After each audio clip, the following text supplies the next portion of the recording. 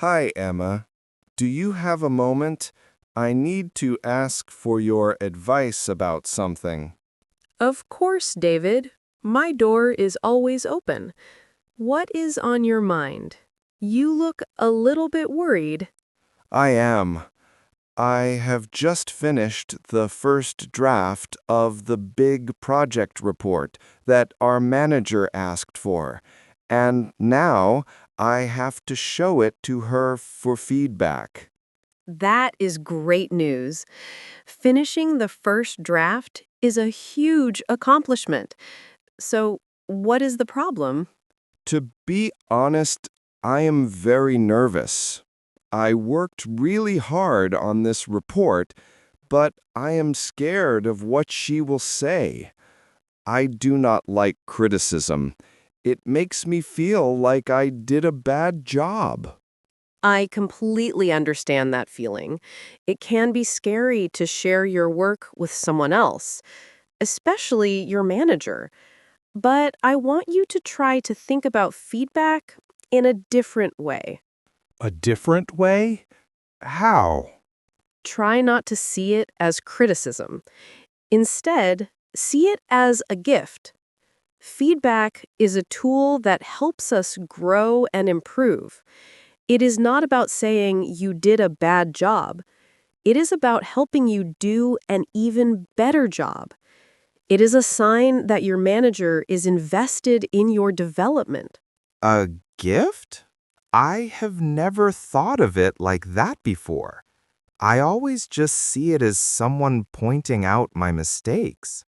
It is easy to see it that way, but think about it like this. When you are working on a project, you are very close to it. Sometimes you cannot see the small problems or the areas that could be better. That is true. I have read this report so many times that all the words are starting to look the same to me. Exactly. A fresh pair of eyes can see things you might have missed. They can offer a new perspective. Feedback helps you see your work from the reader's point of view, which is very valuable. So, getting feedback is not a test that I pass or fail? Not at all. It is a collaboration. It is a way for you and your manager to work together to make the final product as strong as possible. The goal is to improve the work, not to criticize the person. That does make me feel a bit better. So, the feedback is meant to be helpful, not hurtful. That's right. Good feedback is one of the fastest ways to learn and develop your skills. It is a very positive part of the work process. Okay, I am feeling a bit more positive about this now. But I still have another problem. How do I actually ask for feedback? I do not know what to say. That is a great question. The way you ask is important. You want to be polite and respectful of your manager's time. Exactly. She is very busy. I do not want to interrupt her. A good way to start is by sending a brief email or a message. You could write something like, "Hi, manager's name. I have completed the first draft of the project report. Could you please let me know when you might have some time to review it?" That sounds good. It is polite and does not demand her attention immediately. What if I want to ask her in person? If you see that she is not busy, you could go to her office and say, "Excuse me, do you have a quick moment?" If she says yes, you can say, "I have just finished the draft of the report. I would really appreciate your feedback on it when you have a free moment." I like that phrase. I would really appreciate your feedback. It sounds very professional. It is. It shows that you value her opinion. The key is to be flexible and show that you understand she has other priorities. So, I have asked my manager for feedback, and she has agreed to meet with me this afternoon to discuss the report. Now I am getting nervous again. That is okay. Let's prepare. One way to make the meeting more productive is to be specific about the kind of feedback you are looking for. What do you mean? Should I not just ask her, "What do you think?" You can, but that is a very big and general question. It can be more helpful to guide the feedback by asking specific questions about areas you are unsure about. Can you give me an example? Sure, you could say something like, I would especially appreciate your feedback on the introduction. I want to make sure it is clear and engaging. Or you could ask, I was not sure about the best way to present the data in Chapter 3. Do you think the charts are easy to understand? Ah, I see. So I can help her focus on the parts that I need the most help with. Exactly. This shows that you have thought critically about your own work. It also makes the feedback session more efficient and helpful for both of you. Okay. Asking specific questions is a great idea. What else can I do to prepare for the meeting this afternoon? The most important thing is to prepare your mindset. Go into the meeting with an open mind. Be ready to listen to what she has to say. An open mind. I will try my best. Sometimes it is hard to hear that your work is not perfect. It is, but remember our earlier conversation. The feedback is about the work, not about you as a person. Try not to take it personally. I will write that down. It's about the work, not about me. What about practical preparations? Be sure to bring a notepad and a pen or have a document open on your laptop. You will want to take notes on everything she says. So I do not forget any of her suggestions? Correct. It also shows that you are taking her feedback seriously. And one more thing, your goal in this meeting is to listen and understand, not to defend your work. It can be tempting to explain why you did something a certain way, but it is better to just listen first. Okay, Emma, I am imagining I am in the meeting now. You are my manager. I have my notepad and I am ready to listen. Perfect. Let's role play. So, David, thank you for sending over the report. I have read through it.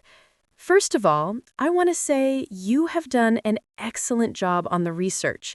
The data you collected is very thorough. Oh, thank you very much. I appreciate that. See? That was the first part of the feedback. It is important to listen to the positive comments, too. Many managers will start by telling you what you did well. It definitely feels good to hear something positive first. It makes me less nervous. What is the best way to respond to a compliment like that? The way you responded was perfect. Just a simple and sincere thank you is all you need. You do not need to downplay your work by saying, oh, it was nothing. Just accept the compliment graciously. Okay, so I should acknowledge the positive feedback. It helps to build my confidence for what comes next. Exactly. It sets a positive tone for the rest of the conversation. It shows that the feedback is balanced, highlighting both your strengths and the areas for improvement. I have accepted the positive feedback. Now I am bracing myself for the difficult part. Let's continue our role play. This part is not criticism. It is called constructive feedback because it is intended to help you build something better. Constructive feedback. I like that term. Okay, I am ready. So, while the research is excellent, I think the structure of the report could be a little clearer. In some sections, I was not sure what the main point was. For example, in the second chapter, the argument seems to jump around a bit. Okay, the structure is not clear. Chapter 2 jumps around. I am writing that down. Good. How are you feeling hearing that? My first feeling is to defend myself. I want to say, but I organized it that way for a reason. But you told me not to do that. My job is to just listen and take notes. Exactly right. It is a very natural instinct to want to defend your choices. But if you do that, you close yourself off from learning. The best thing you can do right now is listen carefully and try to understand her perspective. Okay, so I have listened to the constructive feedback and I have written it down in my notebook. I am not defending myself. What do I do next? Do I just sit there in silence? No, this is where you participate in the conversation. Your goal now is to make sure you fully understand the feedback. You do this by asking clarifying questions. Clarifying questions? What are those? They are questions that help you get more detail. For example, I said the structure could be clearer. You could ask, "Thank you, that's helpful. Could you give me an example of a section where the structure was confusing?" Oh, that is a great question. It asks for a specific example, which is easier to understand and fix. Precisely. Or, after I mentioned Chapter 2, you could try to summarize my point to make sure you understood. You could say, "So, to make sure I understand, you are suggesting that in Chapter 2, I should try to present my points in a more logical order?" That is also very good. It shows I was listening, and it gives my manager a chance to say, yes, that's exactly right, or no, what I actually meant was... You have got it. Asking clarifying questions is the best way to respond to constructive feedback.